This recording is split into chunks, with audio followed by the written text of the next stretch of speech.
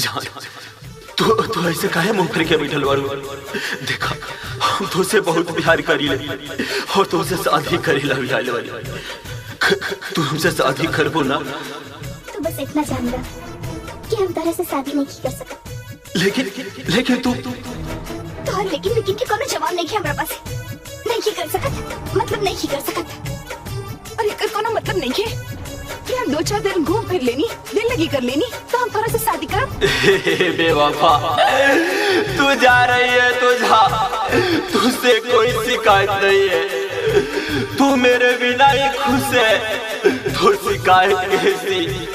हम मैं तुझे भी खुश ना देखूं तो मोहब्बत कैसी है? बेवफा साथ छोड़ देलू तो और नहीं जहारीब, साथ छोड़ देलू तो और नहीं जहारीब। आगे लगा के जरत न जारीब, आगे लगा के जरत न जारीब। तोहरा ला शहरी घर छोड़त न जारीब। साथ छोड़ देलू तो मर नहीं जारीब, साथ छोड़ देलू तो मर नहीं जारीब। Presented by CBL DJ.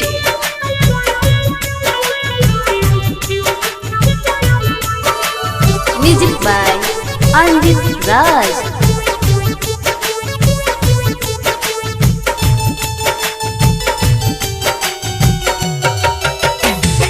दिहलू जखम जवान ओकरा के सहले, भूल जा तू निका के दिलवा से कहले।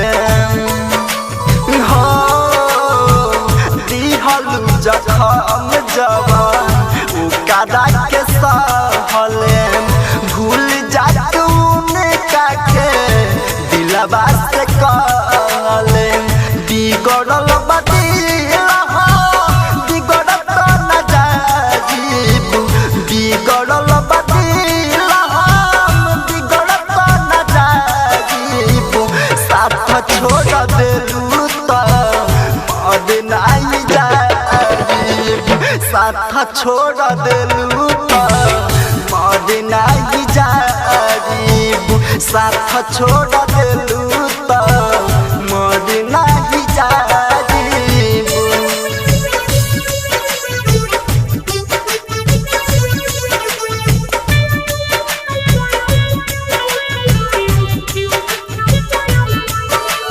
Music by Andit Raj.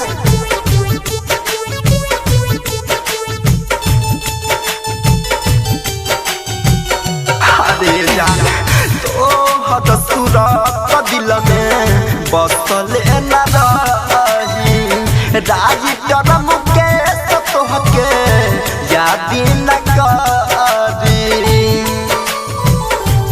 हाँ तो हद सूरत दिल में बसले न रही, बबुआ के तोहके याद न करी। रंजित राही जहर तो न खाई, रंजित राही जहर तो न खाई।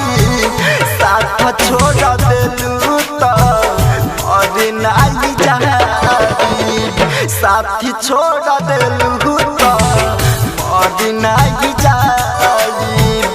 साथ छोड़ देलू तो मर नहीं जारीब। CBL Recording Studio, Lakshmipur.